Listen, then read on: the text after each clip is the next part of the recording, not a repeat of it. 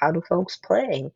And what is the play in the three dimension, I would say, is a big thing, because I think some people are definitely playing maybe on phones, like, some of the games and stuff.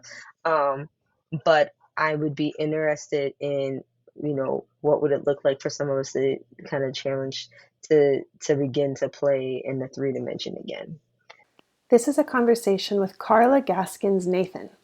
Carla is a wellness consultant, educator, and healing artist. We chat about embodied three-dimensional play and how it affects our work, our stress, and even our grief. Welcome to Solopreneur Playground Talks, where we explore big questions in light ways. To get involved, visit solopreneurplayground.com. Now let's hear from Carla. But yeah, you're enjoying the Safari Crow. like you're having belly laughs. You're ready for play as Yeah, always, which is I'm something ready I to play. love about Yeah, I was our like, conversations and your whole way of living. So you're ready yeah. to. I love it. I'm ready to, yeah, I'm like, usually have like a toy or two. Yep, here, got a toy on the desk. Okay, ready to go. Here You we go. got toys. That's awesome. Which toys Got do you have toy. I today? like, I Do you definitely switch have them like out? a light up ball. Sometimes I Yeah, I do, remember yeah, that but one. today there's definitely, yep, I have this one here. I did actually switch out because I was cleaning up the desk, just like switched out what kind of like rocks were on here. I don't think I had a massage roller on the desk that day. Mm-mm. That we were meeting. Yeah, so I have one of these like fun like massage rollers. So basically it has like a base that you hold like in your hand, and then it has like Neat. this very lovely nice ball that you like roll around. And so yeah, so I just kind of switch out like what's on here, but the ball in particular, that kind of stays on there. And then I usually have things for like sound. So there's like percussion eggs that are like in reach under here. So I love these. Like a set. Uh, let's see how my earbuds kind of pick them up, so we'll do with the soft one. Oh yeah, I So yeah, hear it. usually, yeah, Oh, that's nice. yeah. So Oh, yeah, I that's have a awesome. set. So yeah, so it goes from like soft to hard. And then so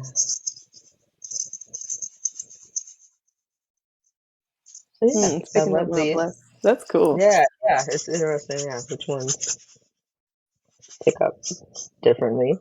And then yeah, just like having like different tactile things, yeah, within reach.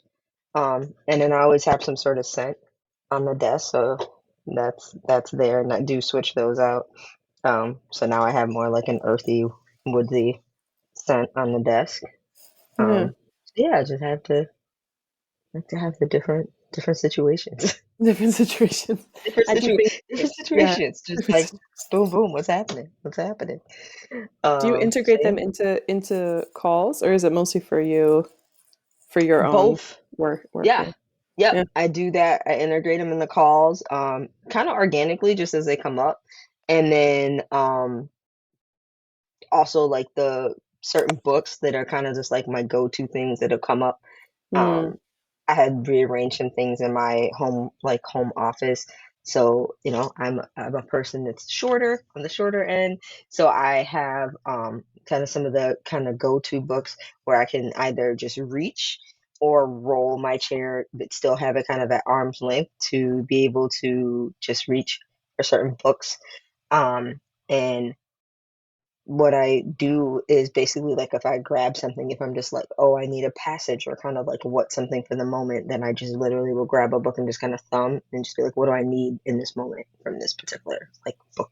And Mm. then, open that page. And sometimes it's for me, sometimes it's for like who am I meeting with, if it's like an individual, or if it's with a group. So if I'm doing like group work in terms of like wellness work or holding space for group, then sometimes that's what comes up.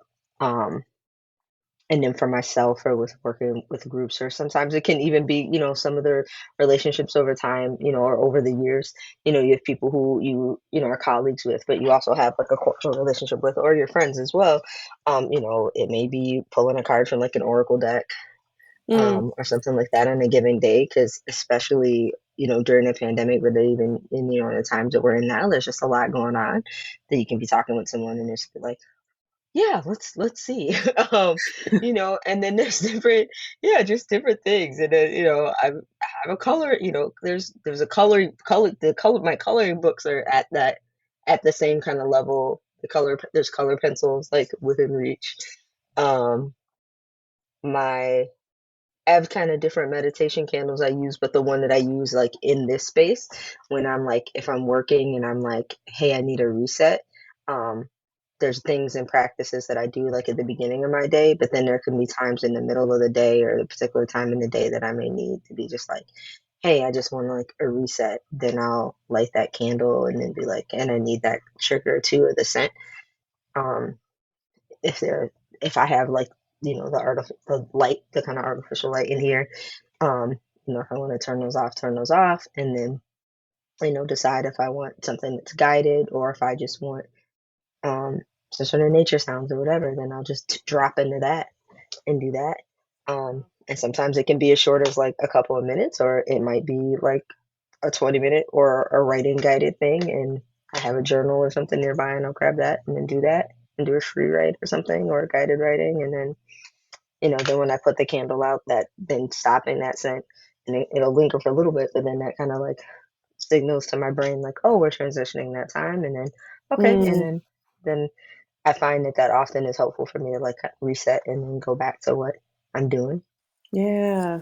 I love how in tune you are with your body in that way, because that's something I think like yeah, it's something I struggle with, just like general dissociation and trying to like I'm slowly coming back into my body, but it's like a very conscious effort. Yeah, So I love whenever you talk about the toys and just like what you're saying now, the senses, and even it sounds like journaling and reading, they're like still these like sense experiences for you that I just find yeah, so important, even especially for play or being connected to whatever you're doing, even flow states too. Like they're all physical. These are like yeah. physiological experiences. And I They're think, totally physiological. yeah, they really are. I just love Yeah, how seamlessly you're aware of those and yeah. can, yeah. And I'll be transparent. Like sometimes it isn't. Sometimes I think what we have to recognize for each of us is like what is what are those signs for you you that you aren't in alignment, or Mm. that you are maybe disassociating. So, for some of us, is it particular food? Oh, if I know if I go to grab this when I'm grocery shopping, or I go to Uh, grab this in the cupboard, right? Is it, if you're at the fridge and you go to grab it, am I hungry or am I bored? Right? Is it for those of us who work from home? Is it that like, am I watching Netflix in the middle of the workday? Right? Is it right? What is it? A colleague, one of my favorite, colleagues, reminded me, and it was a gentle reminder, because I, being someone who like I walk a fair amount, I live in New York. mm, Um, but there's some days where like I don't necessarily have to commute, right? mhm, Being someone who works from home a lot of the time. If I don't have an engagement with client where I do a lot of organizational culture work. So, and as my business is evolving, my consulting business is evolving, trying to like articulate kind of, well, what is it in this season? But if I'm not out helping an organization as they're going through their strategic planning process, or doing a healing circle or things like that, it's like, hey, I still should do a commute. So, still dressing up. Like today I was running an errand, and, I ran into, was in one of the local businesses, and someone's like, are you going to work? And I was like, well, I work from home. So but yes. technically, I was like, I commute. I still make myself commute. And he was like, oh, that's cool. Because I was like It dressed is. nice, and I was dressed nice, and he was like, it took his brain a second. It was like, oh, and I love that about like New York, where it can be still very neighborhoody if you choose to, Mm, take your business to places that are locally owned. And this was a place where like literally the business I was giving my business to, he lives in my neighborhood. And so we know each other and have a rapport. And he was like, oh, and I was like, yeah. And so if I don't even need to run an errand, then it could be just walking around the block. So getting dressed in what I'm going to wear, that's, Zoom ready, video ready. And it's a walk around the block if I have more time, a couple of blocks. So yes, I wanted to also be transparent that it's not always that I'm necessarily in tune, but then, kind of having that mental checklist or making a physical checklist of like, am I not?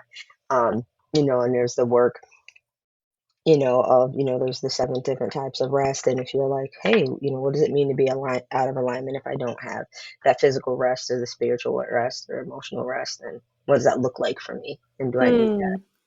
Yeah. Yeah. that? Getting to So this know Dr. yourself Sandra, well and the yeah. signs. Yeah. Yeah. And I'm sorry. And then I do want to say, like, that's Dr. Sandra Dalton's work Uh-huh. for that. This But is seven yeah, types of rest. yeah, the 7 types of rest. And there's lots of, articles and infographics on it. But yeah, so it's just like a good kind of check in for us. Like, okay, Yeah, that's cool. I need to look that up. Seven types. You know, my brain first yeah. goes to like just trying to get one or two. Like, a little like, uh-oh. Yeah.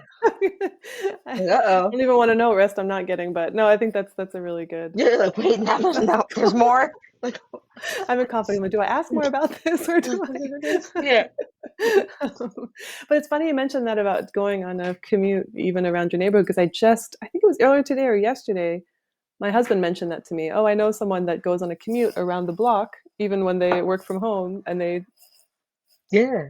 do a commute. Commute. Put their Yeah, clothes on and walk around the block. It's like, that's genius. I remember when yeah, I first started working from home that I read about a guy that had different literal hats for things. You know, they say like, oh, we wear lots of different yeah, hats. He literally yeah. had No, you different have hats literally and wears. he put them on the Yes, wall and he would take like, okay, I'm doing my like financial planning hat or whatever, and he would put it on, or like my yeah, client hat. And I was like, that's genius. Like just yeah. telling your body like, hey, we're Hey, switching now. I thought this yeah. was Just smart. like we're Never switching implemented it. it, but I love it. Yeah, no, Yeah, you change it definitely up. like switch it up.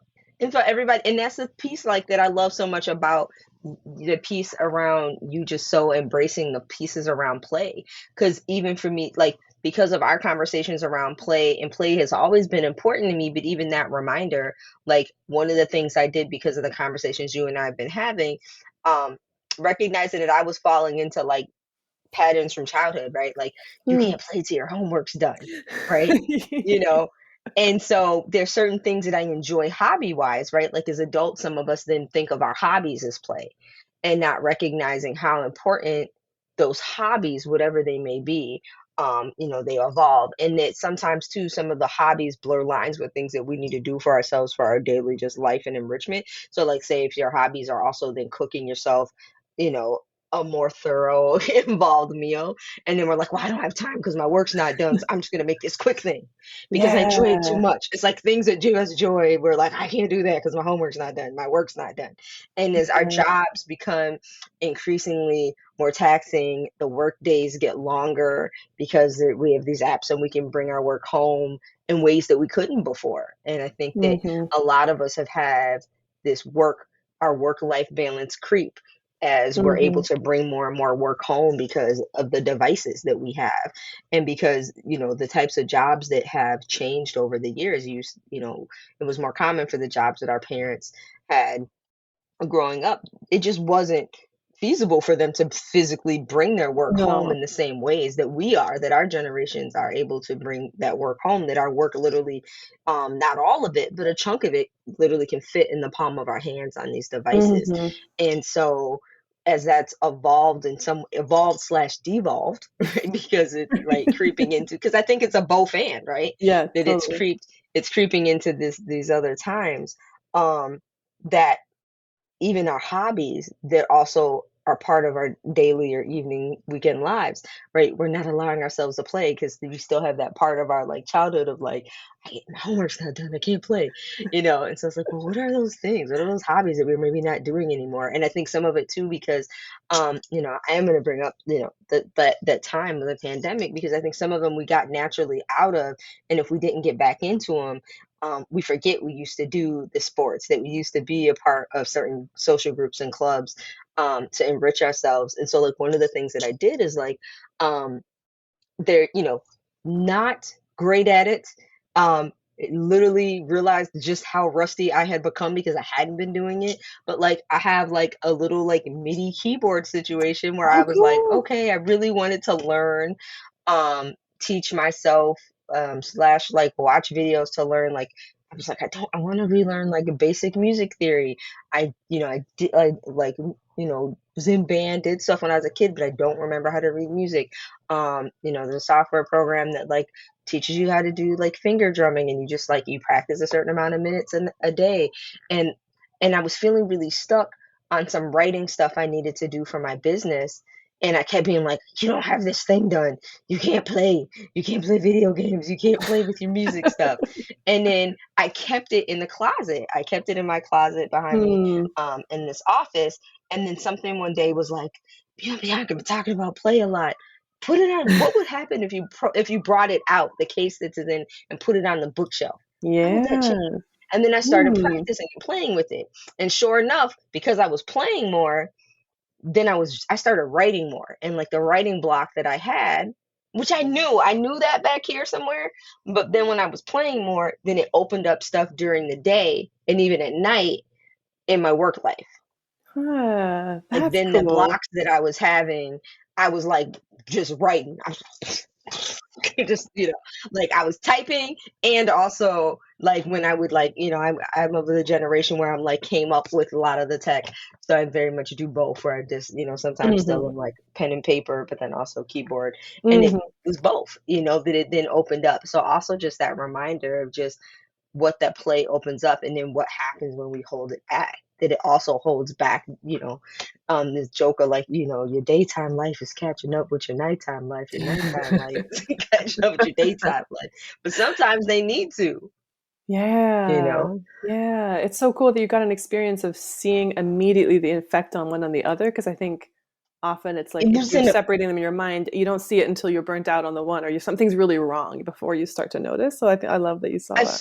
I swear to goodness, I don't even think it was more than like 2 days, 2 or 3, That's maybe two or amazing. three days tops. I saw a difference. Like literally, That's it was like incredible. my pro. I mean, I hate to use the P word of productivity, not even a productivity, but just my inhibition. Like, Mm, some of the big thing I think with writing creatively or for work, right? That mm. you just hold yourself back. You self edit, and then when you open that part of your brain, you just are like, it just flows. And so Yeah, and who writes for fun as well as you have to and need to in professional context, it just opens stuff up more. Yeah. that's interesting. Yeah, I have a very complicated relationship with writing, so I understand that well. But it makes me think of this quote that I read in a book that was about like famous writers who also painted. And I love to paint and I love to write. And so this book was like Hmm. this explore. It was really cool. I didn't realize like how many people kind of, but they chosen as a job to write, or they're known for their writing, but they also painted pretty seriously. Yeah. And in this book, they say consistent it is an experience across people that do both. Is like painters love to paint, writers love to have written. I don't know if you've heard that before.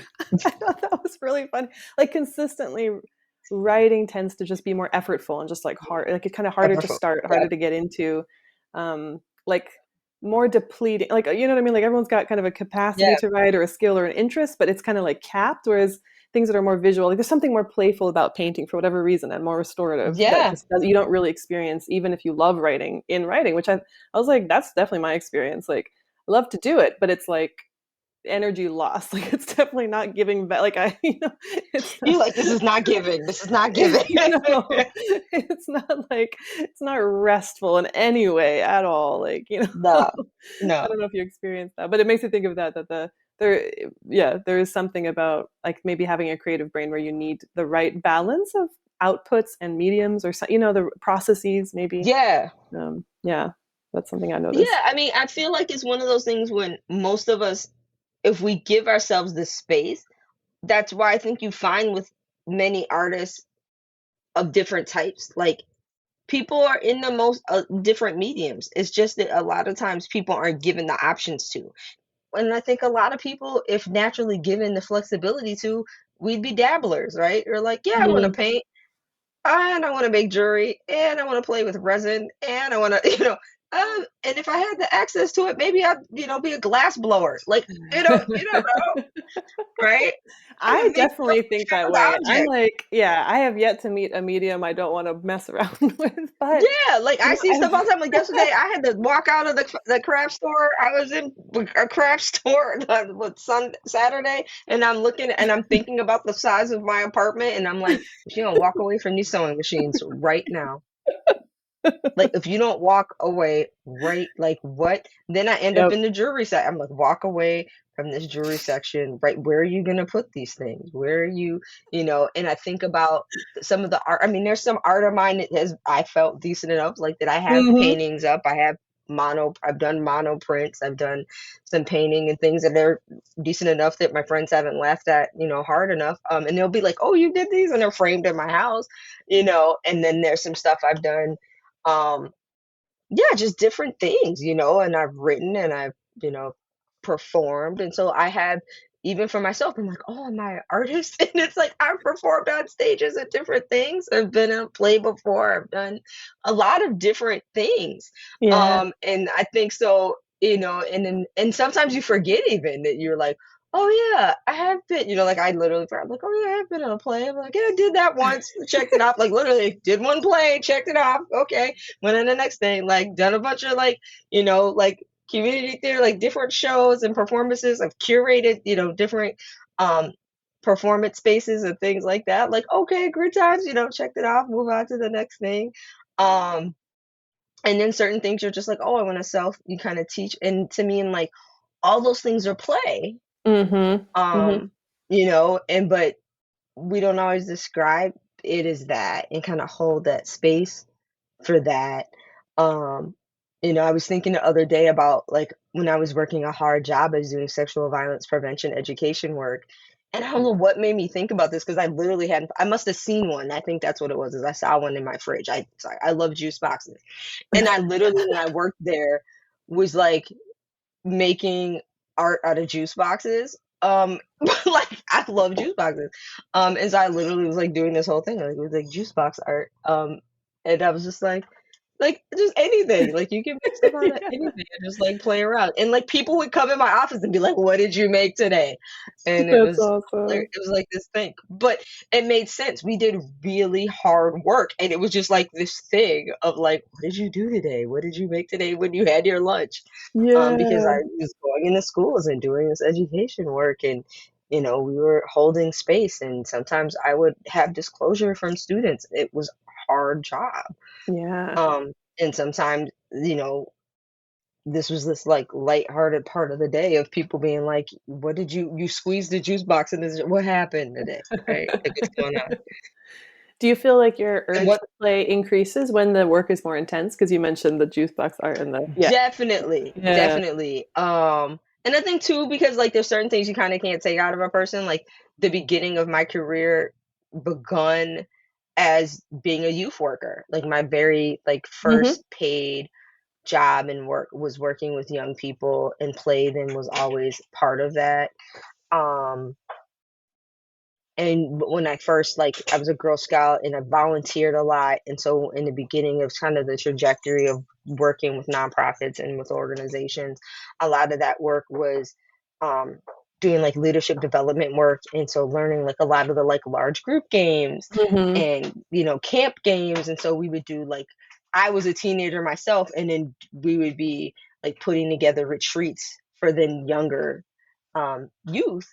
And so that's just still within me. So then even now, then with adults, when I'm in spaces, I'm still, even if I'm doing a healing circle, if I'm still putting together something for strategic planning with a group, I'm still going to bring through that thread of play. So is it an icebreaker? Is it the way that the group, even if it's a group that's established and they know each other, how do they get to know each other on a deeper level through play?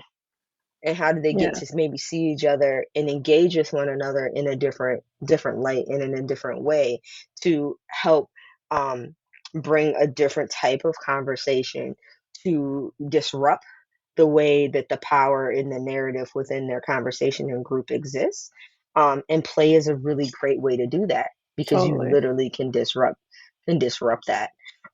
It's just like if you're, playing with young people on a playground, you can then change how that equipment is made. And that's one of the things that's always fascinating. If you go to a playground and you watch young people, there's the kids that are always going to go down the slides. And then there's that percentage of kids that are like climbing up the Coming up. sides of it, Yeah. climbing straight up it, that are doing the things that and then to watch which adults are like, they're not doing that right, and it like makes them super nervous, and Yeah. um they're not doing it right. And it's like, oh my goodness, it's dangerous. As long as they can kind of communicate and then someone can kind of be like, hey, can you hold up a second? Because you got this little one here that's Yeah. climbing up. Let them Yeah. Yeah. figure it out because it's literally called a playground. So as long as we can communicate and just be like, hold on a second, Mm-hmm. let them climb up or climb up as Share far the as they can. space. No one's Yeah. going to then get kicked in the face, then we got this. But then us as the adults, that's all we need to do is like, you hold on a second, they're going to climb up as far as they can. They may make it all the way depending on their size and their agility. If not, Mm-hmm. they're going to figure it out. And that's literally what that playground is for, is it's a place for them to like explore their body, their spaces, Yeah. And take and risks. test That's part of themselves it. and Yeah. take those risks. And then depending on what part of the country you're in, that medium that's at the bottom of the playground is different. Some places it's rubber, some places it's wood chips, some places it's sand, right? It just Yeah. varies Yeah. depending on where in the country that you are. um and they're going to figure it out, and it really is a huge piece of them just developing that autonomy and hopefully that body autonomy, their communication, their ability for teamwork, and it really helps foster so many of the traits that we're going to need for the rest of our lives. And that's why Yeah. it's so important. Totally, totally. It's been fun to be out here in the Pacific Northwest and see how much more natural the design of many of the playgrounds are, and then how much more pro risk they are. And also even the Hmm. parenting too is a little bit more, just like I think there's much more climbing, like people just do a lot more climbing and hiking Yeah, and just kind of that you can just see the basic interaction with nature is a little different and like sort of there's not this aversion to like risky play. It's kind of like, yeah, yeah, there's still a limit. It's still American. It's there's still, yeah, but it's cool to see. It's been really actually there was a playground we went to last week where the slide actually had handles. They assumed the kid was going to yes, climb it. I yeah. was like, No, the designs are totally different in different yeah, parts of the country. Like, really as different. yeah, as like an adult that has, I don't have children, but like have had many children in my life. One of my favorite things that I used to do, when like babysitting, which kids would love, it'd be like, you don't have that much money, you're watching kids, people get caught up like, ah, take them here. Like, no, like if you have the ability either on foot or if you have a vehicle, like take them playground shopping. And I would like I take them remember you playground mentioning shop. Yeah, playground shopping. yeah, you like take them playground shopping. Ask them, what do they prefer in terms of equipment, getting them to think about, Think about it. Yeah. yeah, like think about it, like what do they like, um what are the things that they're looking for, and it tells you a lot about like one of the audiobook I'm listening to right now is this was it Carol Dietrich, or mindset, thinking Mm-hmm. about like growth mindset, Mm-hmm. versus a fixed mindset. um and a lot of that, um you know some of it is determined by childhood, and a lot of it, of course, is through our experiences, throughout. But yeah, but there's just so much there. And yeah, it is. It's different. It's different in different parts of the country, but definitely even in different neighborhoods and different areas, as well. And then also places that aren't necessarily a playground, but just in terms of play and what do young folks determine to play with, Yeah. um, as Yeah. well, is always Right. just fascinating too. It's like some folks you can buy the most fancy toys, and other times it's like, I want this box, a string, and a quarter. It's like I'm busy for hours. So it's Totally, totally. that's the brain's fascinating.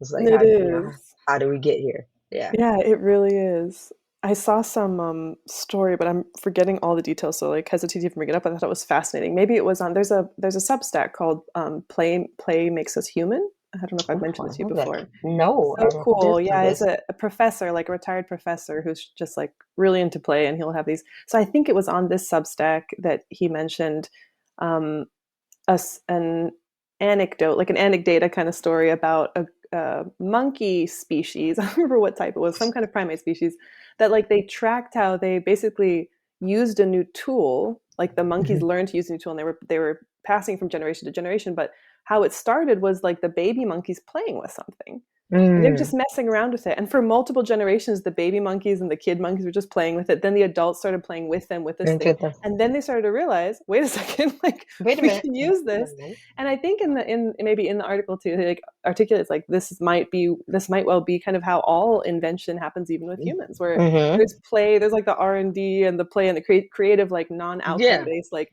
you that's where the most innovative things are. And then over time we figure out how to make them useful, but kind of you can't start there. And I thought it was really Yeah. interesting, like using this primate example. I was like, whoa, that's compelling. Like that feels real. Like, so what, Yeah. as far as like the cost of reducing play, it's like you're reducing the long-term chances of like us developing very useful tools by Yeah. focusing so much on what's useful, what's productive, what's, these like more outcome and like judgment kind of based things. And yeah, Yeah. I thought it was fascinating, but I can't remember what the actual tool was or what the monkeys Yeah. were. So I'll have to look that up, but I'll try to reference that maybe in the notes or something. But I thought it was so neat because every time there's something that validates the importance of play, I'm just like, yes, because I feel like it's weird that Yes. you have to make a case for it in our Yeah. culture, but I do feel this constant urge that I like do have to like make a case for it, and then also work on my own relationship with it and like what's happening there. But I thought it was a great, almost like, I don't know, evolutionary sort of uh, lens to look at it from. It's like pretty hard to like learning. I mentioned that like play is Yeah. homeostatically regulated in our brains, even It as is adults. That like we do so it actually need seems. it. Like this is not a Yeah. controversial. Like we do need it. Why is it so hard to believe, or why is it so hard to enact? I think it's really interesting. Um, but yeah, actually, but one thing. Sorry, this is kind of I've been learning a lot the last few months about neurodivergence. Do you identify as Yeah. neurodivergent? I'm curious. You don't have Yeah. to. You do. Because No, one that's thing, fine. one thing because I've been just like trying to figure it out for myself. And one thing I was struck by in trying to understand, I don't understand it well, but the neuroscience of like what's the difference actually in people's brains over time? What is Yeah. neurotypical? I actually started with the question just like, okay, like I What is think I'm now? neurodivergent, but like I literally have no concept of neurotypical. Like what is typical? And one thing that I was Yeah. struck by the difference is like, kids' brains are wired to learn through play, like passive Yeah. learning through play. That's just, and then as you grow up, like the neurotypical development looks like more and more pruning, where you Hmm. discard more and more of the connections and the things that are like not useful to your current life and your specific goals that you have.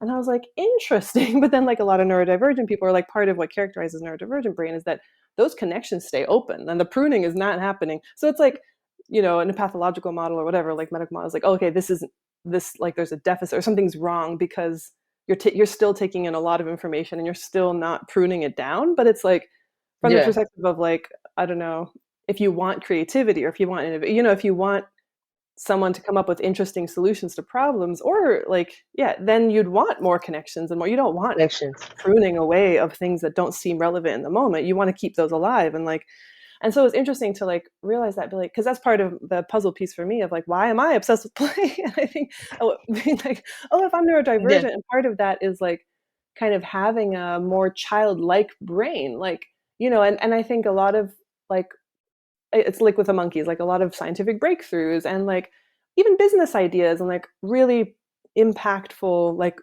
big things. I'm like, they're probably coming from neurodivergent brains, because what person goes through life like, I don't know, like keeping all those options open and, like if your brain, anyway. So I ask, because and now I'm starting to have this filter, just this question of like, man, are like most of the Yeah. people I interact with and that intuitively understand or fight for in particular, like the importance of play, is that Hmm. like, is I'm just guessing it's more likely to be neurodivergent people that are like, I don't get what's up with like, why don't most people care about play, or like, why is that so hard to, even to the point of like, children don't need to play, do they? Like they need academic rigor. And it's like, Yeah. how is it not intuitive to most people that children need play? Like that to me is like mind blowing. Mind But blowing. Yeah. then, yeah, like super great, like what is happening? But then I like wonder, like, is it easier for me to empathize with children because like I am still thinking a lot like them, and I do find it very easy to connect with kids, um, more than peers that are, let's talk about our job and let's talk about. I'm like, like I'd rather just do something more interesting. Um, it's sort of anyway. So that's one just avenue I've been thinking along that has helped me be like, oh, this might be why. This might be a big part of why I find it very easy to understand the significance of play, Hmm. why a lot of people don't. It's like not necessarily that they like it, just not alive in them. And still, like as a kid maybe it was, but like now they're like, it's not painful for them to give up this part of themselves. They're just like, yeah, like I'd like to play more, or like I play on the weekends or whatever. Like they're like, sure, like play, I guess, but it just doesn't feel like important to them. It doesn't feel like viscerally like, why is the play in our society? Why And is the like, play? you know what I mean? Like this like Yeah. lack, it's not like this pressing problem to them. So that's one kind of theory that I have going is like, oh, I think that neurodivergent people might understand this very well because it is a felt need. It's not a, Hmm. and it's a larger felt need because your brain Hmm. is, like you said about the intense, where like a position that's very intense. You're like, whew, like I need to play, like just knowing that, like having that need may be stronger than a neurotypical person, and then knowing the feeling of relief or of progress or whatever, or just creativity that comes from like playing and like being able to feel that and see it. Anyway, that's one of, yes, I don't know if Yeah. I don't know how much you've thought about that, or that's like a whole lens that's just recent for me, but Yeah. um something I've been thinking about a lot. Yeah. And I think it depends, like, when you're looking at um the neurodiversity, um, because there's so many different things that fall under, So the many. neuro yeah, there's so Mm-hmm. many things that can fall under the neurodiversity in terms of neurodivergence. Um, and that I think that there's just a larger percentage of the population um, that or a larger percentage of people that are starting to um, maybe be open about identifying now Yeah. um, as neurodivergent. Um, and then also COVID has changed things dramatically. So there's then acquired neurodivergence through like medical conditions and things like that as well. And so folks are, trying to navigate that. So people, the different, medical conditions, and then trying to figure out, is that something which I think they still don't really know, is this just something Mm-hmm. that's a couple of years, or is this is permanent for people who are having like long COVID and some of the cognitive issues that are going on with that as well. And that I don't know if people then from that are necessarily going to identify, as neurodivergent. Some people will use neurospicy things like that. Neurospicy. Um, It's a good yeah, term. as well. Yeah. Yeah, some folks identify as that. With that piece, and I think that.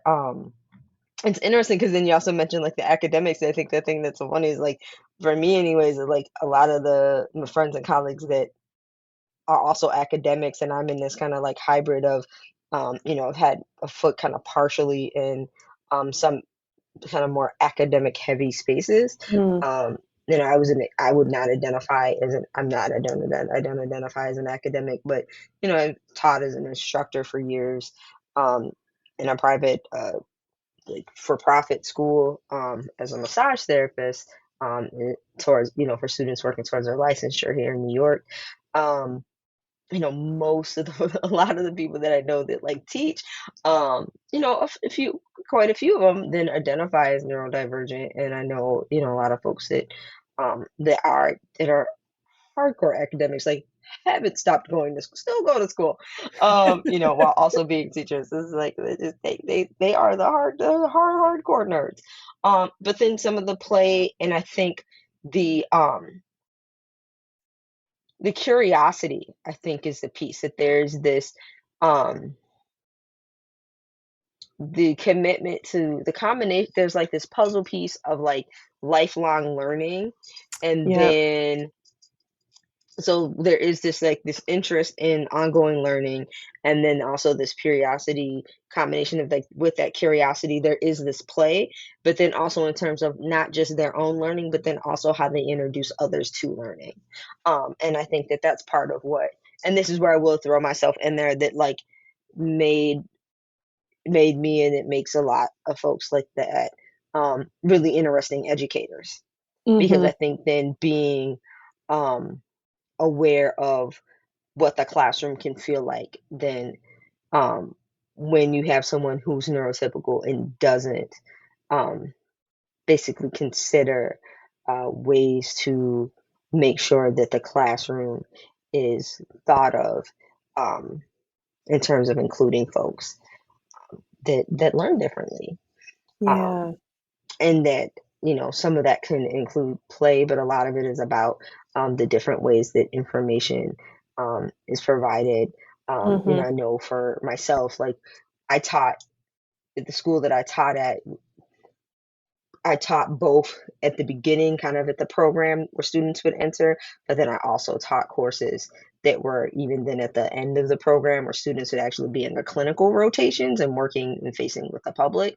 Um, but then for like the course that I taught where students were in the beginning, I had some flexibility, even though things were pretty um, had some kind of tight framing to meet the requirements for the state, did have flexibility to talk and give space to, things around people's learning styles, around, helping people, think about ways around, their studying, around some of the pieces to really, flip the classroom, do some of those different things to make things more accessible. And that really helped give students um, different ways to engage. And then actually brought in play, so that there were ways to, to literally like play games, bring things that were more creative, like into the space.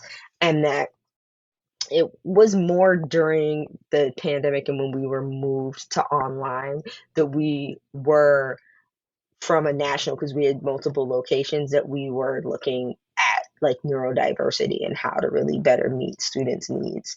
Um, Interesting. yeah, which was good, which was like really like, okay, so we have, because we saw we were having more students that were coming to us, with clinical diagnoses and saying like, Mm, hey, we need this additional support. And then also for us as faculty saying, hey, I'm having more students, because there was stuff that those of us that had either done our own research or because of our own life experiences, like new things, but we are like, we can't just be holding this in the classroom ourselves, but like, how do we do this in a more broad sense?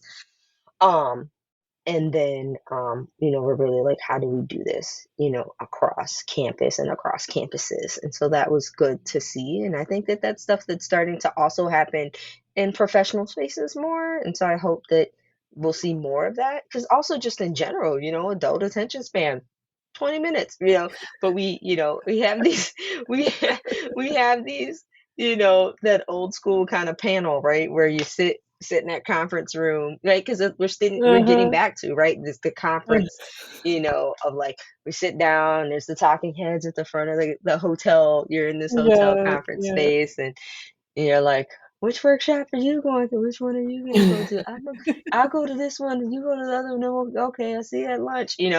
And they're like, how do we get engaged?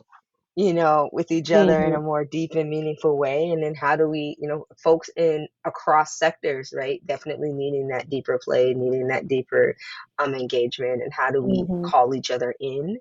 Um, and how do we call, we talked a little bit earlier about how do we call those senses in, right? mhm.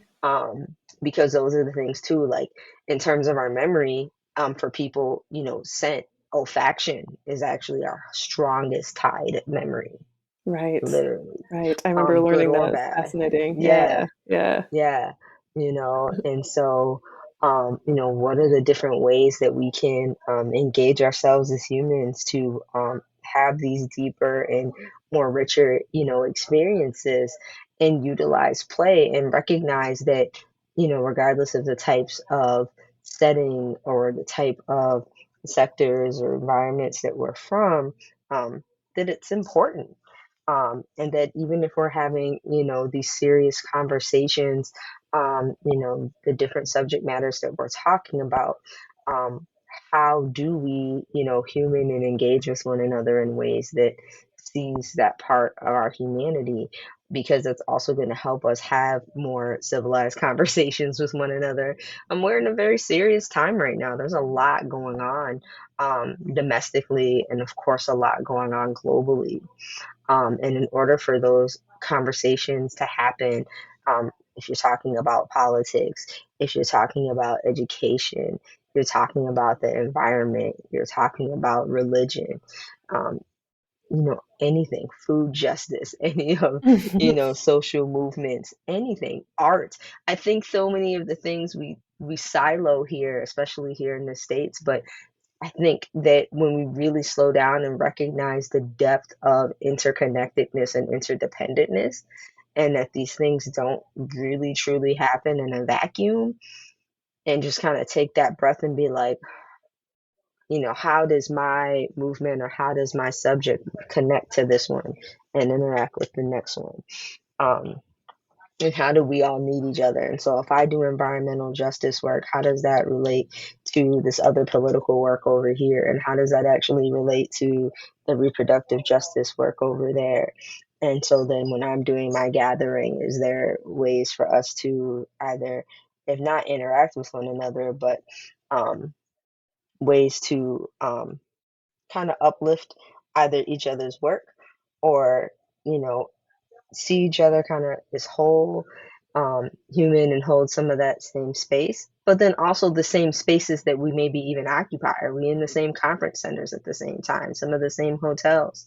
Because you see that happen. We're still like in space together and sometimes cohabitating, um, for the same 3 to 5 days, when some of these convenings and things are happening. Mm, Um, and what does it mean to kind of co-hold space?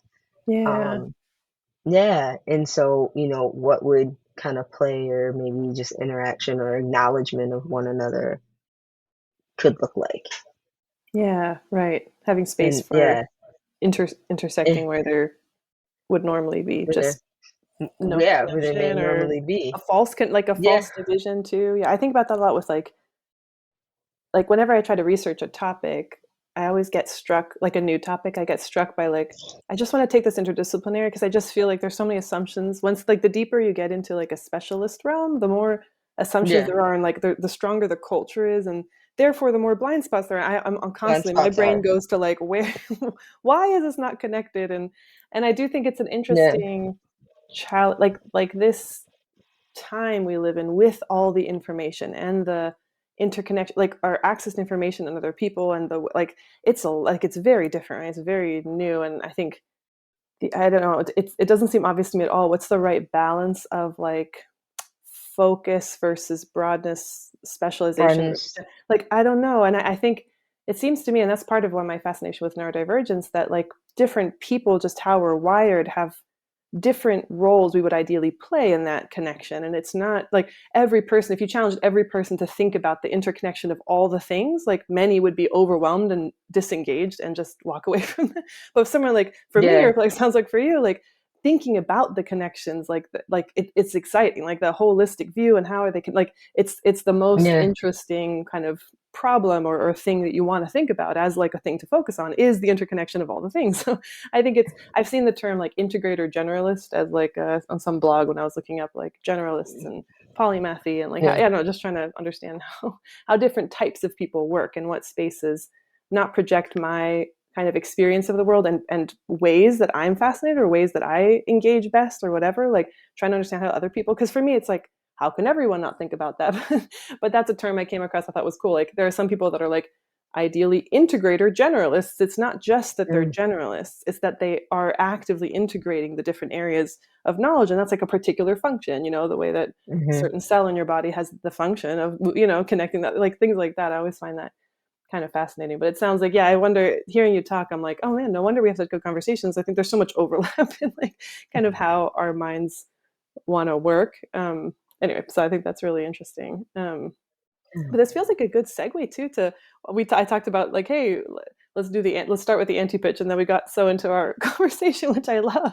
But yeah. it seems like a good segue to you've talked about your work, educating and with children and the social work and the justice. Like, what would your anti pitch be for your work at the moment to someone that you didn't want to engage with? I know they're gonna. Oh my anti-pitch. That I didn't want to engage. Yeah, you like Oh, wanna like frustrate them and disengage them immediately. Like, how do I turn this person off with a description of my work? What would you that I want to. say? That is Oh the my challenge. goodness, that is the challenge. I'm like my anti-bitch. Um, yeah, like how do they know? Like so that I'd be letting them know that you are not my people. Yeah, exactly, exactly. I mean, sometimes it's just me saying what I do, and then they're like, "Oh no, that's scary." Because some for people they're scared. Some people don't want. They don't. They're like, "No, I don't. I do not want to heal that. No, no, no, no, no, Yeah, maybe no." your anti-pitch and your Mhm. pitch are the same. You're so aware that like my pitch throws people off. You're like, there is no anti-pitch. The pitch is the anti-pitch. That's totally valid. I like that. Yes, yes, yes, yes. Right. You're like you want to disrupt.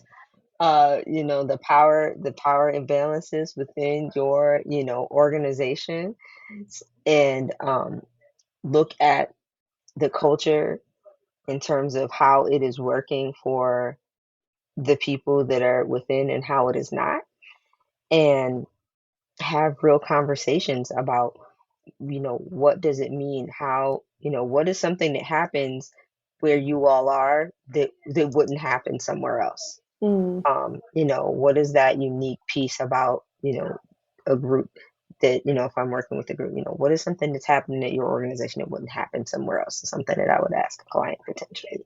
And basically what I describe is that, I'm coming in to work with them to then have those conversations about what does it mean for them to look at their wellness and their health as an organization from a holistic view. So, not as a band aid approach. And sometimes that is the anti pitch because people want a band aid. They want someone to come in for an hour, a couple hours, and then they get to check a box off and say, hey, we did that thing that y'all mm. asked for.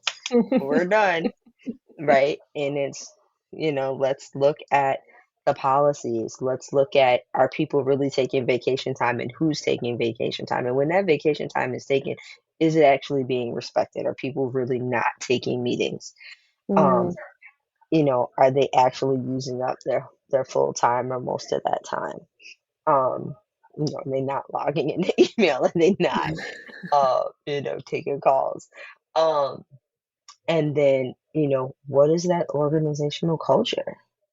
How do you all call each other in? How do you hold space? Um, how do you recognize transitions? How do you celebrate? How do you acknowledge when there are losses? Um, how do you have hard conversations, right? yeah. And what does it look like then to have the difficult conversations internally, if there's ones that have to be had with clients?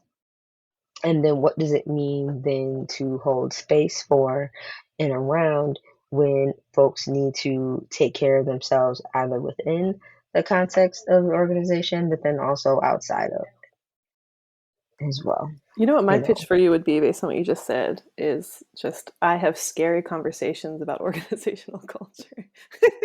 I do. I love that. That's perfect. I'm scary conversations. And I said boo. Like, yeah, exactly. But I think that is like I imagine the people that work with you best or that call you up that want to work with you want to have those skills like I'm sure they must be pushing themselves to that comfort that past that comfort zone into like Yeah. okay they're wanting to grow and address it not just yeah like you said not just put a band-aid or um Yeah. take a Not box just put that. yeah Yeah. they want to be scared yeah Yeah. I'm scared. yeah a little scared just a little scared That and just a supported little scared. Yeah. yeah That discomfort growth space. exactly All right. exactly Yeah. yeah That's why most of us don't remember being toddlers. It was not the most comfortable time. no You're that's bumping a into stuff. huge You fell down a Totally, lot, totally. I mean, right? not Most just folks aren't like, toddlers, man, babies, most people, young yeah, childhood, that's old why most people childhood, were like, adolescence. oh, I remember being 11 months. It was awesome. No, said no one. But you Like, know what people do say though, and this really bothers me, is like, oh, being a kid, man, it's so easy. I remember when things were Mhm. easy like that and simple, and every time people say that, I'm like, I have to hold myself back. Like this conversation is not going to go anywhere. I'm not going to open this up. But I want to be like, do you not either you had a weirdly easy child but like being a child your body is growing faster than you know what to do with you're being told what to do by a bunch of people who like are older than you and don't really Mhm. understand you you're like I mean it's just Mhm. all of it like like I don't know to me childhood was not easy or simple I mean it's you're playing a lot more because you need it and that's there's space for it Yeah. you're not being asked to pay any bills per se but I don't know that doesn't seem I don't know I always get frustrated by that especially when they say like babies too I was like, Yeah. ugh. Do you Yeah. remember It did. birth? Do you It did. remember like who are you? It It's like started with trauma. It literally started with it trauma. literally your first breath in the world has been. Um, Started with trauma. yeah. But for like when you really think if we're actually getting to the the scientific details of it. It's a little traumatic. Yeah. That's why we don't remember. Right, right. Like, I what know a just lot of happened it here? is. Exactly, Yeah. exactly. Yeah, I feel like yeah, there's a whole there's an empathy gap there, I think for sure, and then like it's a lot going on And there. a lot of assumptions being made, yeah, A about lot of certain people's assumptions. yeah, a lot of people's childhoods, Exactly. they're different. Exactly. Yeah, Yeah, yeah. And what you were definitely, talking indeed. about with the shift in like trying to consider neurodiversity for within training, within education earlier made me think about this like trend towards from and I don't know if it's mainstream, but I guess the things that I read or the things that I'm encouraged by like this shift when it comes to like adult learning or kid learning from just outcomes. And again, this is probably just a bias of what I see, but to experience like what is the performance metric versus like what's going on under the surface, like what's the actual lived experience of this person. It encourages me because I know as a kid I conformed to standards. Do you know what I mean? Like I was very aware of the standards and I was very aware of conforming to them, and it took a lot of energy, and that's part of why I'm looking into neurodivergence is I'm like I don't even I don't know. But like the outcome, the like perceived outcome or the perceived appearance versus my experience like was so distant, like so distant. And I'm always encouraged when I see like I don't know, even experience being considered at least as part of it, not just like how did you score on the test or like did you sit in your seat all day or whatever, but like what was that like for you? Did you do it and you weren't miserable at least, or did you do it and you were actually engaged and like stimulated or whatever, like and safe? Hmm. Those are such different. I think part of my I don't know, part of my understanding of how of like my experience of like with dissociations of my body is like I think when you learn to like match the behavior and the outcome stuff to do that successfully, at least for me, it's required disengaging from my experience. So my experience, like it's like it has to split. And so I kind of like, it's just very it's very meaningful to me like processing this stuff lately. And I've been like, man, I hope that most kids are having a better time than I did.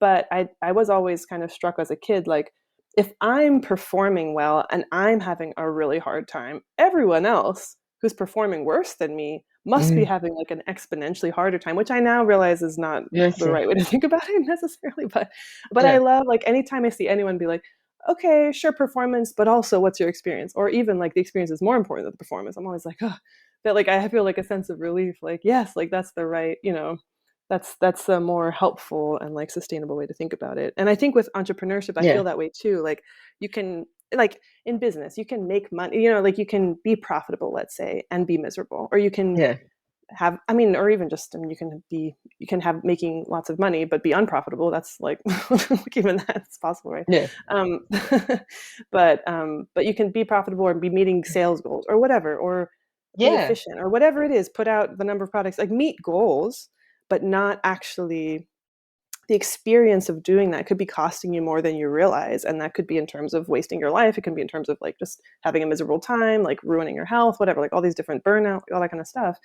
But I that's been something I've been trying to like figure out what are my metrics of success, like the success quest Yeah. thing we're talking about. Like it kind of like you need something external, but if it's not at least balanced by, and I'm going to the extreme of like kind of all the way experience at this point, balanced by like what's your lived experience of that. If you don't have at least both sides equally weighted, I think I don't know, you get a distorted picture of what's actually going on. So that's something I think about a lot as well. So I enjoy hearing you talk about like, okay, like in the classroom, like what, how, what's the experience of people learning and how do we improve that versus just, make sure that they've learned, I guess, right? Like, Yeah, so I would say like with a lot of what had to change and is giving flexibility, and this does vary, institution mm-hmm, to institution, and then based upon like, you know, what the end result is. So, for example, it's like, for folks going to school, if you're going to school towards a degree, if you're going to school towards a degree plus licensure, where it's mm-hmm, like there is different types of flexibility. So, like if you're going to school towards licensure, for example, there's a set amount of hours you have to complete towards your education, where it's not just your degree that you have to complete. You have to have, mm-hmm, a certain letter grades, and you have to complete a certain amount of seat time, even to sit for state boards for a particular licensure in said state. You know, nursing, massage, my licensure is in massage therapy, for example, right? And so it's like you have to complete that. There Mm-hmm. is not that flexibility, at least around that. Now, say for example, you have a student, if I was, when I would have a student that had that was neurodivergent, and they had then the proper documentation that was required by the school, for example, what that then allowed was accommodations. And those are some of the things that have changed. And it was important. So one of the things for myself, and then as like a faculty member, would be, that I would talk about that in the beginning of the term, and would be like, this is something that we need.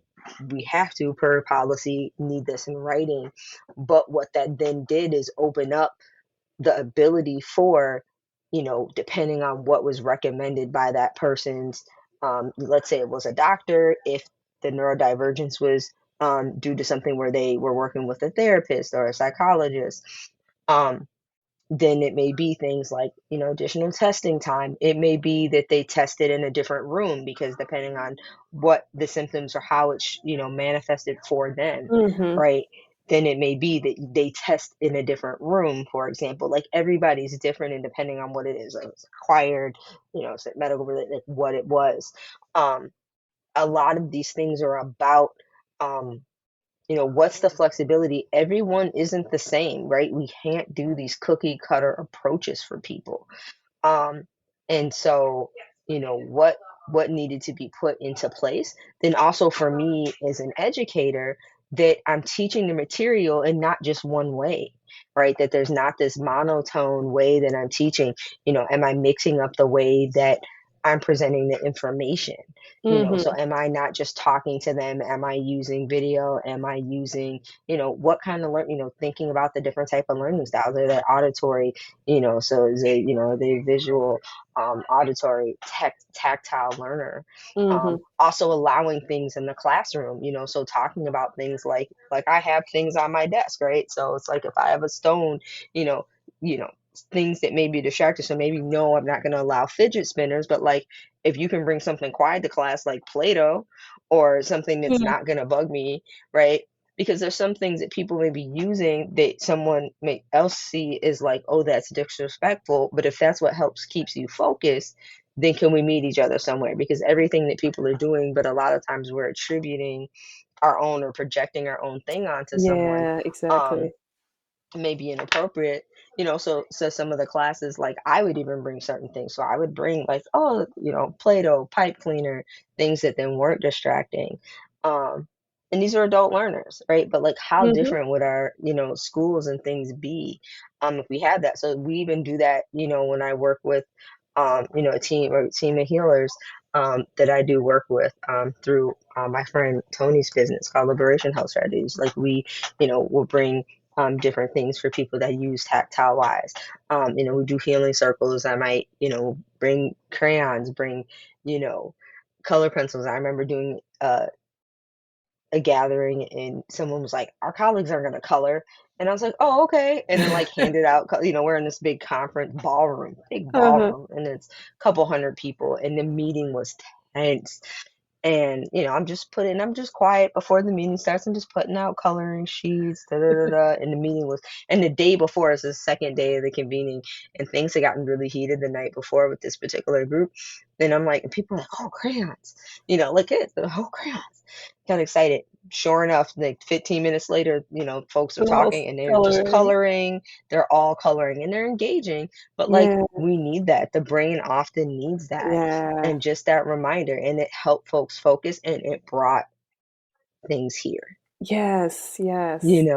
That is and a big thing so I love about play and humor in particular. Like, I often think like, man, there's a lot yeah, of things I'd like to write about, for example, with the writing that are so intense. And for the last few years, I've been like casually dabbling in like studying how jokes work literally in humor, like trying, because I'm like, it just, I don't think I can write about this for myself or the person yeah, reading without yeah, lowering the stakes and lowering the intensity a little bit, because it isn't, I want to communicate about it, but I also like, I don't want to just go around stressing people out. Like everyone's stressed enough. Do you know what I mean? So how do you have a conversation? So I love hearing these examples of every time there's like, yeah, either, whoa, this is getting intense, or you're anticipating this is just an intense topic, or I need this because it's going to be intense for yeah, me. just slotting in like play. I think that's such a great. I love hearing these Yeah. examples. They're so concrete, Yeah. like yeah, And color. that's one Let of the most, it just be the medium. yeah, that's the medium. And that's one of the things that helps me is like I'm hilarious. So that's one of the things that I think that really helps me with groups. I mean, honestly, like I mean, I will say that I about know. I will I don't know. I I will make validate people laugh. that. Yeah, that I'm like, I'm hilarious. And so, and sometimes not when you need me to, but like, no, I mean, but it does, it helps soften stuff and like definitely help make people laugh. And part of it too is just like not taking yourself too seriously. There's things that are just funny that we need to laugh about. Um, like back to like being a massage therapist, like I don't work one-on-one with clients in massage in that way. Basically, for me, really what I did is I used that combined with over 20 years of working with people in the nonprofit world, and then with program development, program implementation, and curriculum development, and I combine those things really into what I do, into the work that I do now, and really inform that in my practices.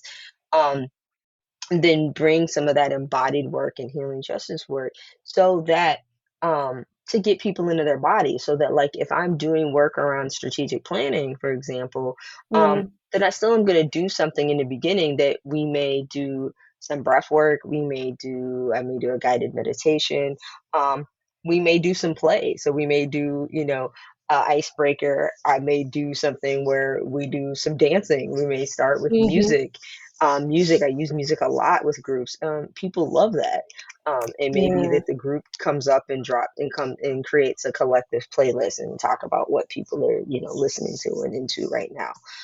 But a lot of it is finding that balance of where people can bring themselves into the workspace in a way where it's not that line, crossing that line of that overshare, right? Mhm, mhm, And being too vulnerable, but just enough.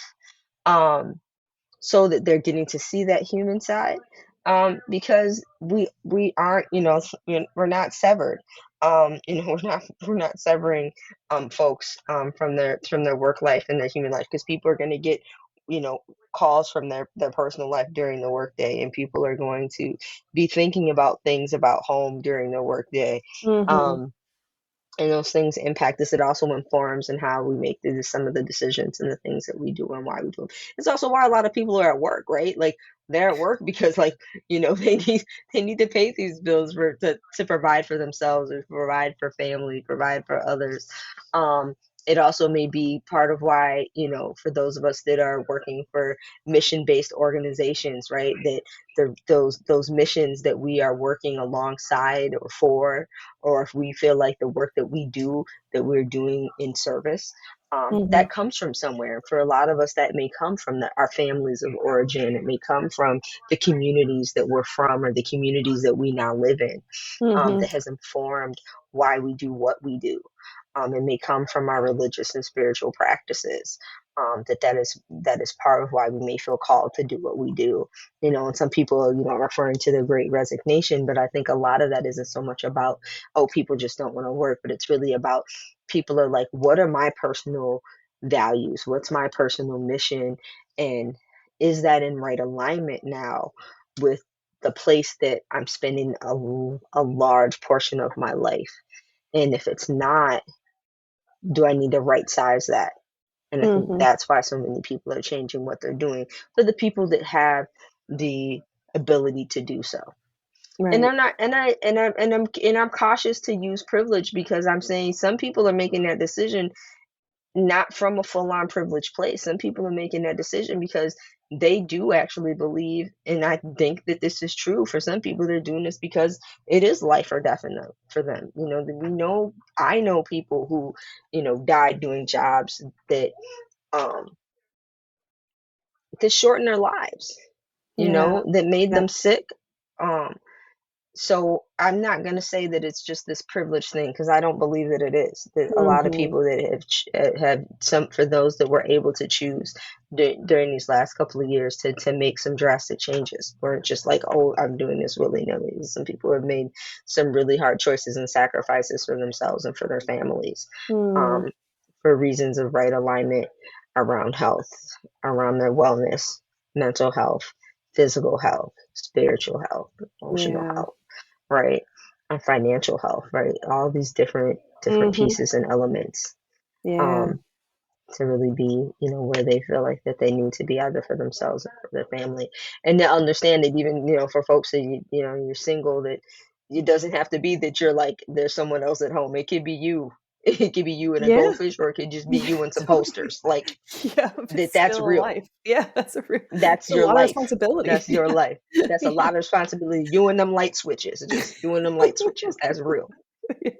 Because so often we say that. It's like, I have a family to go home to. Family. I have me Yeah. to go home to, Yeah. and I would like to be That home is with by enough. Yes. myself more Exactly. often.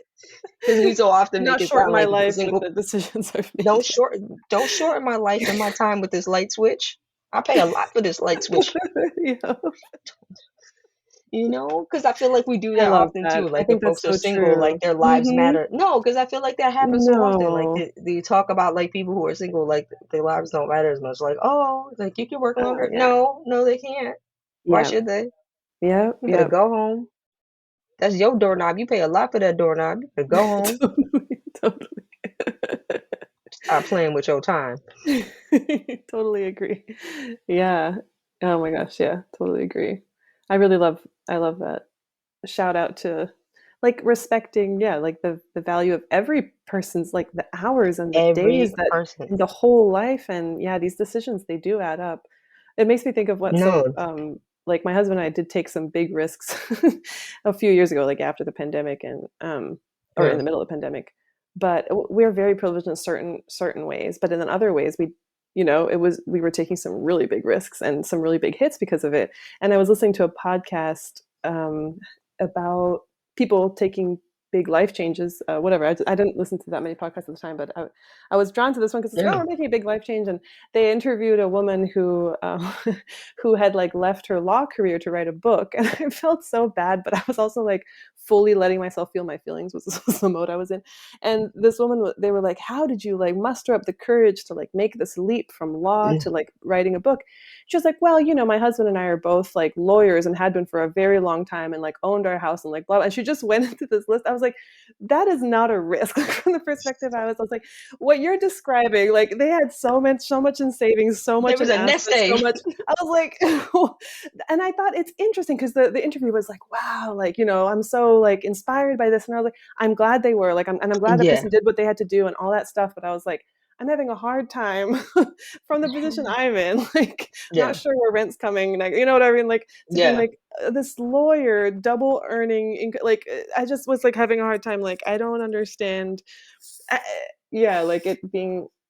It's interesting that in the culture, leaving a very high paying job to do something that is considered such a big risk. I was actually struck by that too. Like it's interesting that like what is an actual risk, what I don't know, I always think about this stuff, what do you actually Yeah, need versus you know what I mean, like to me this is yeah. all very complicated. um Well, because it's all about value, right? It's all within the context of value. Because for yeah, somebody else, the risk is around money, and for someone else, the risk may be around prestige, yes, yes, right, title, reputation, yeah, reputation, and just like exactly, what you're doing right now. So, like yes, when you yes, go to things where you're saying you're doing right now, right? Like I yeah, don't know, exactly, right? exactly, no, very Also, true, and very also, true. what are they continuing to earn? Like, yeah. So it's just it's we all take those Yeah, different risks, right? It's all in the eye of the exactly. beholder, I think, at that point. It is. It is. Really is that piece. Yeah, it's just been it's interesting. Yeah, and I think too, um, recognizing within that for folks that have done that and a lot of the work I realize I didn't talk to, and I won't go too deep into this because we've been talking so much about play, but a big piece of my work, which has been a little tricky for me to also articulate, identify, then, I have an LLC, and in that I do consulting work. Um, it's really been focused on, individual and community health and well, and then in addition, in like community health and wellness, focused through social justice and liberation framework. And then during the pandemic and a lot in the last the year even coming out, um, there's been a piece of it that's really been around doing a lot of work and holding space for folks around their grief. Around their what?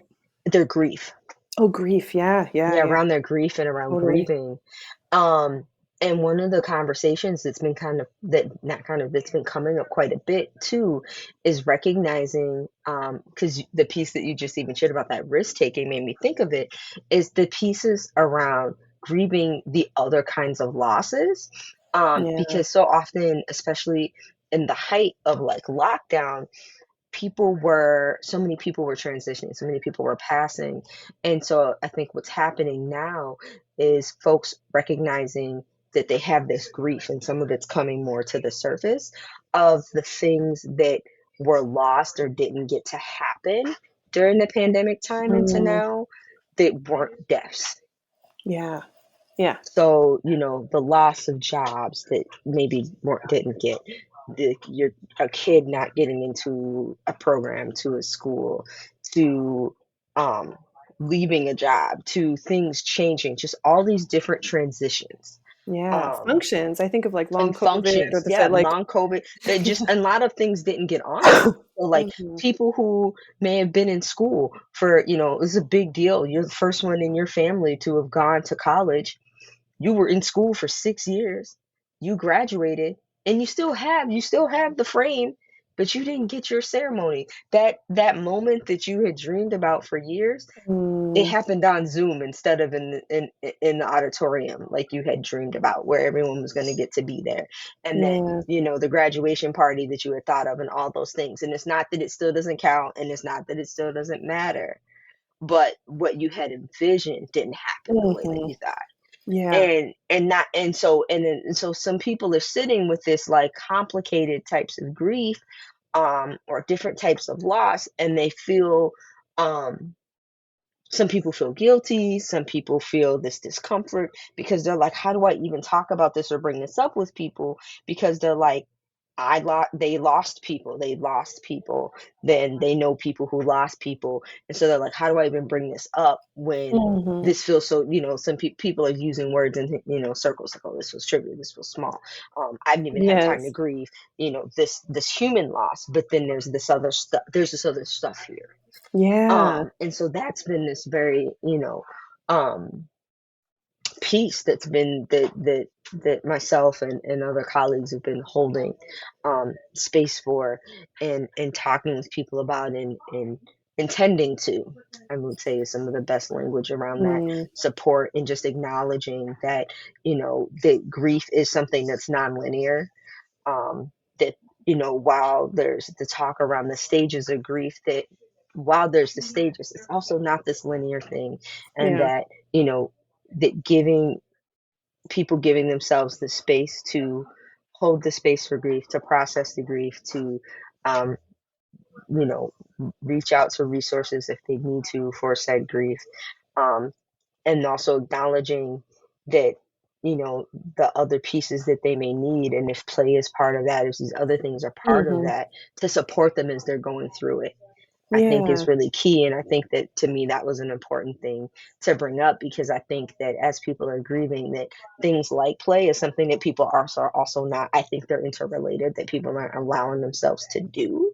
Yes, Um, yes. It becomes a it, complicated, like, it becomes this emotional, like, complicated, "Ugh." yeah, like Yeah. it's a complicated, it's an emotional entanglement, right? Right, It's like, right. I can't let Can't myself be paint. moved through, yeah, Yeah, I into it, can't let yeah. myself paint, I can't let myself play music, I can't let myself do these things. Mhm. Basically, these things that give yourself joy. So if you're noticing yourself not allowing yourself those spaces, those opportunities for the things that bring you joy, that bring you those moments of happiness, that bring you moments of things that make you and your spirit feel lighter, Mm. right? Yeah, yeah, Um, I I offer to invite some curiosity around that. An invitation. That's what we like in the language we try to use, yeah, in our, when we do healing work and when we hold space. It's like, yeah. what's the curiosity around that, and engaging your senses, of sound, smell, sight, Mhm, taste, movement, and what mhm. will support you, um, in and around that. Yeah. I'm really Yeah. struck by the overlap of, like, healing and play because I know they're both I, passions of yours, but I think, yeah. yeah, in my experience, like, that language, like, switching that kind of language and having a posture of curiosity versus, I guess, maybe prescriptive language or instruction or whatever. It's like, I think Yeah. the key is like empowerment. Like I've been struck by how much like spaces or things I sign up for where there is simple things like that, like language about basically like helping you explore yourself and giving you space to like, it's been like, whoa, like I'm so, I can like Hmm. almost like just someone having that attitude in a group or in a program or whatever, like automatically I know I'm going to like feel really good and like learn a lot. And if someone doesn't have Yeah. that attitude, no matter what else they're saying, it like there's this, I don't know, I can't, and I think it's because it doesn't feel empowering. Like for me, that's one thing Yeah. I've been noticing. Like, and I think a lot of healing in my experience is like about like re-empower, like getting back to like, I don't know, the right amount of power for you or whatever. So I think that it strikes me like it totally makes sense to me. And then the curiosity is like, um, I'm not going to tell you what it's like for you or what you need, you know, like, and trying to support Yeah. someone to get to the point where they can say what they need and they're in touch with that and they can advocate for themselves in that, you know, because you can't really know what's going on in anyone, like at any given moment. You can have guesses, you No. can whatever, but you can't really know. And I think, Yeah. so yeah, that I totally makes total sense to Yeah. me. Yeah. Yeah, that's where the nerdy part, the nerdy part of me, and Uh, from my training, likes to use the analogy of the body. It's like our body is constantly striving for homeostasis. So it's like mm, it's trying to regulate itself. It's not necessarily going to be at this perfect 100%. So it's like, is it hydrated enough? mhm, We're moving through the cycles of respiration, right? You're regulating your, everything, right? And, we have our rest and digest cycles.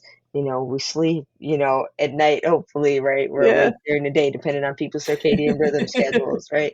Um, and so as our bodies are constantly fine tuning to get as close as to homeostasis as it can, right? Yeah. And so, um, it no when we slow down, our body will signal to us as best it can kind of what it needs when we are able to slow down and listen. And that's part of why we talked Mm, earlier about that disassociation, which is something that any of us can be prone to. So it's like, but what are our tells? Everyone's tells are going to be mhm, different. mhm, And so it's just kind of like, yeah, what's that curiosity? What is my tell? For me. So it's like for mental, for one of the examples for like mental rest, a sign for mental rest may be, am I unable to quiet my mind? So when I gave the mm, example earlier in our conversation of like, hey, I have this candle by my, in the bookshelf by my desk. And if I need to quiet my mind, do I open my meditation app or do I play, I have some go-to music for me, or is it just silence? And then do I mm, do this for a minute or depending on, what it's going. Um, I do what's called a brain dump. So I have a journal that I use just for free writing and for brain dumps. mhm. And just set a timer. Oh, I'm going to do a brain dump for 2 minutes. Do that brain dump, just write everything down. It's not necessarily a to-do list, it's a brain dump. And then do a check-in like, okay, how am I feeling after that brain dump? Did that feel like enough, or do I feel like I still need to, write a little bit more? Do I want to do another practice? Whatever's Yeah, kind of your jam, for you. And then, totally. yeah, we just kind of keep This it is whetting moving. my appetite for Carla's play space or whatever your online Yeah, your tools whatever. is gonna be. Whatever. Yeah, we're gonna have some conversation about that. I'm excited. I'm excited, and Yeah, me we can come up with too. some fun things for that. Me Definitely. too. No, I'm really Yeah. excited because it's Yeah. yeah, like knowing you how it's so integrated into like yeah, you just have a lot of lived experience with using the different tools and I'm sure changing them over time or teaching them to Yeah. people and like I'm really looking forward to um like seeing a list of all of them and like picking for myself. It feels like it's going to be a buffet and I'll get to like try this one and this Yeah. one and this one and see like I I'm love very that you excited. used that name or said that word. It's one Which of my one? nicknames. Buffet. Really?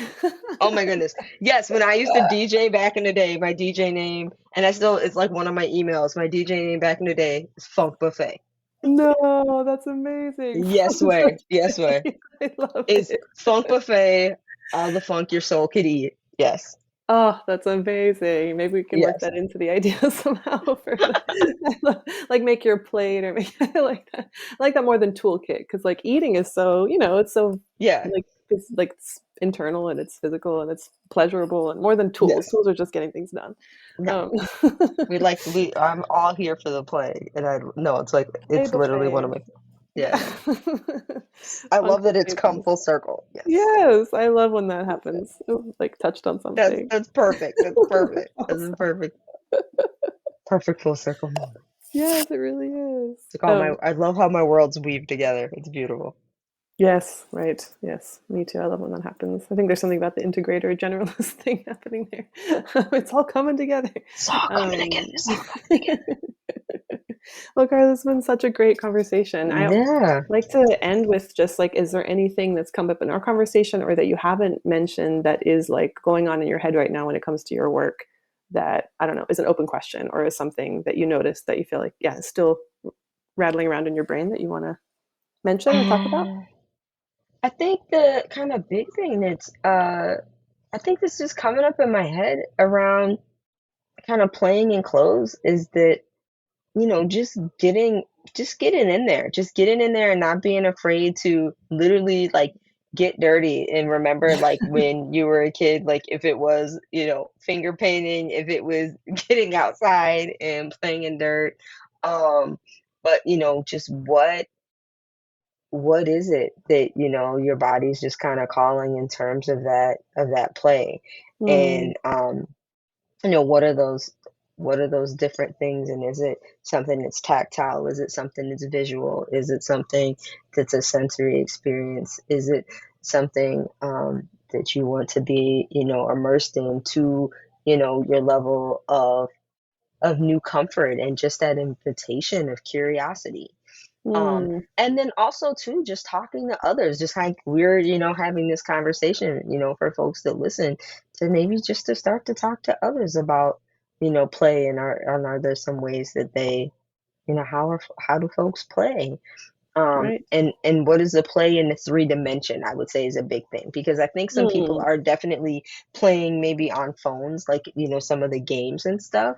Um, mm, but I would be interested in, what would it look like for some of us to kind of challenge to begin to play in the three dimension again, you know? yeah, the three Yeah. dimension. I like that. Yeah, I was going to Yeah. summarize before you even said three dimension. I was like, oh, I think the question that you're asking is like, how does your body want to play? Which is a little bit Yeah. different than how do you want to play or mentally, like you said, like Yeah. there's even ways to feel playful when you're writing a thing. Like you mentioned, there's writing for work that is like you can feel playful, but I feel like one theme I'm seeing so much in this conversation is like if it doesn't start in your body or come back to your body, like there might be something uh, like there's opportunity to get curious about how your body wants to play. That's maybe a little different than if you just ask what feels like play. Because I think Yeah. it's easy to sit in a chair with your computer or with your phone and play or feel, like for long periods of time, Yeah. and then kind of, but over time you kind of lose touch with those deeper sources of play or more satisfying sources of play, which is like Yeah. people, nature, physical objects, like this whole other Yeah. world. I like that, the And to three-dimensional yeah. world. Yeah. The three-dimensional world, into whatever level of ability your body has. I think about this a lot for myself, but then just in conversations with other folks who, our bodies are different, and the abilities in terms of what our bodies may be able to do on a given day.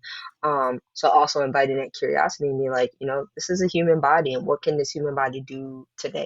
Hmm. And what might this human body want to do today in regards to play? Right, right. Because yeah, so because for some days this body, yep, it can do X or Y, and some days these eyes are what are gonna do X. And some Yes, days it's this right. ear, sometimes it's the left ear, and sometimes it's the right finger. And it's just, Yeah, what are we doing? What are we exactly. doing? Um, and that is what's happening, No, that you is know, real. That is and real. it is very, very real and different. And so yeah, so just embracing that, I would say is the big piece. So just yeah, inviting that curiosity and play. And as I say with what I'm saying was, playing with young people, be like, go be free, Go go be be free, free. and go be free. Oh, And I love that. liberate those limitations. Like, Mm, I think is a big piece about that. And I would say too, in terms of outside of that, um outside of any of those confines, and really when we take and think about our work outside of, we didn't get deep into that conversation, but that is a big part of our work out of this like white supremacist patriarchy like framework. And there's a lot of work for us to do like individually to like decolonize that. But as we begin that process for ourselves and reimagine um, around things like our emotional justice and our um, and that work for ourselves, then we can also then open that up with each other. And then when we do that, that really opens up a lot of space for all of this, and that's what's exciting. Yeah. Yeah, the connection of imagination and space and play, like that. Yeah, there's a whole Yeah, it's interesting a really conversation. liberatory. Yeah, yeah. Yeah, Go Be Free is an amazing final. I love that. Go Be Free. It's beautiful. That's Go beautiful. be free and play. Yes. You're inspiring me to go play right now. It's like a sunny day outside. I'm like, I want to be free and play. That's exactly what I want to do. Yes, Yes, I love yes. that. Well, thank you again, Carla. I really appreciate your time and yeah, taking the time to just playing conversation with me. Our conversations are always so playful. It's fun Yeah, to I don't know. It's fun to like record it and I don't know, have other people join the fun. So thank you so yes. much. Oh, thank you so much for asking. It's been a pleasure. Yeah, it's been awesome. Okay, All right. go be free. All right. All right. Bye.